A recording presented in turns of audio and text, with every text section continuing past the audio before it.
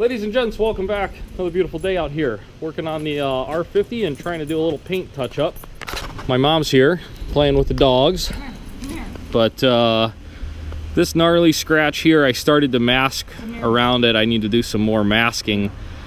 I'm gonna try and touch that up and hopefully it'll look all right. Couple tech tips for you, big time. If it's a little too cold to paint, putting your paint in the bucket and running some warm water definitely helps out big time. Also, when you're painting, you gotta be able to see. So get yourself a good light setup so you can see what you're doing. Oh yeah, and a helper. You need a helper too, like Uno.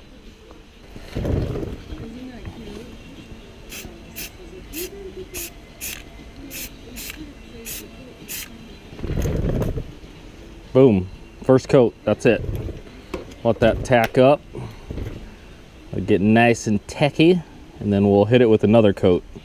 All right, so first coat seems to be nice and tacky. It only takes a minute, especially with the light on it, but we'll just tack it up a little bit more. Let that dry for a while. Well guys, the paint's drying, and I have high hopes. I have high hopes. I think regardless, it's gonna look better than the scratch. I'm sure you'll be able to tell that there's a touch up there, but it's gonna look better. I think we got our last coat on there, and it's really hard to tell anything because, well, it's just everything's black, but I think it's gonna be okay. I think it's gonna turn out just fine. A lot of work for a little scratch. All right, we are back on the Bultco. Beamer's outside chilling. I wanted to test fit this brake arm that we got, and it looks like it's gonna work awesome. I need to find a nut for this little guy.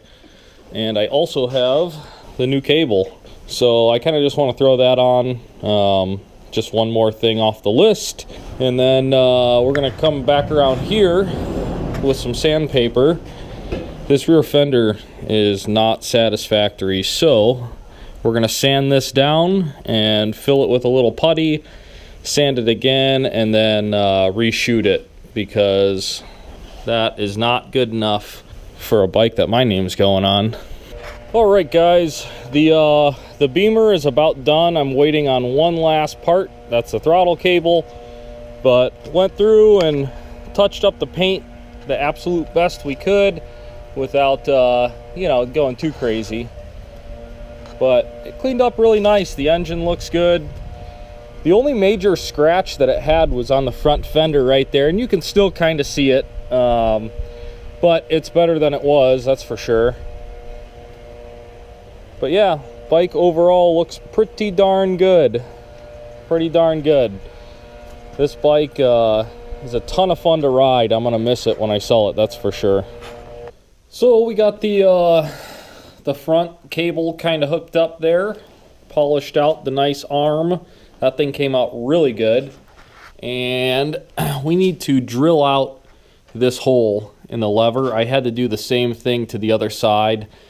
It is just not big enough for this guy. And when I was putting this together, I didn't know exactly where this one went, but apparently it looks like it goes down here.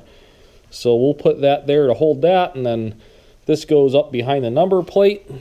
But we should have front brakes. That'll be nice. All right, the front brake is all hooked up. Everything works. So yeah, one more thing off the old checklist of the Bultco. All right, guys, we got a ton of stuff done. The BMW is done. All the paint stuff is touched up. Fixed the scratch on the front fender. All we need now is to do a photo shoot and put that thing up for sale. I even have most of the description written out, so that's good. The Bultco, got the front brake setup done, which, man, big check off the list for that. We still need to mess around with the ignition system and figure out why that's not working. I want to check the capacitor. That's my last effort before we throw down on the electronic ignition. That's $530 or something crazy. But we're getting there. Progress is being made.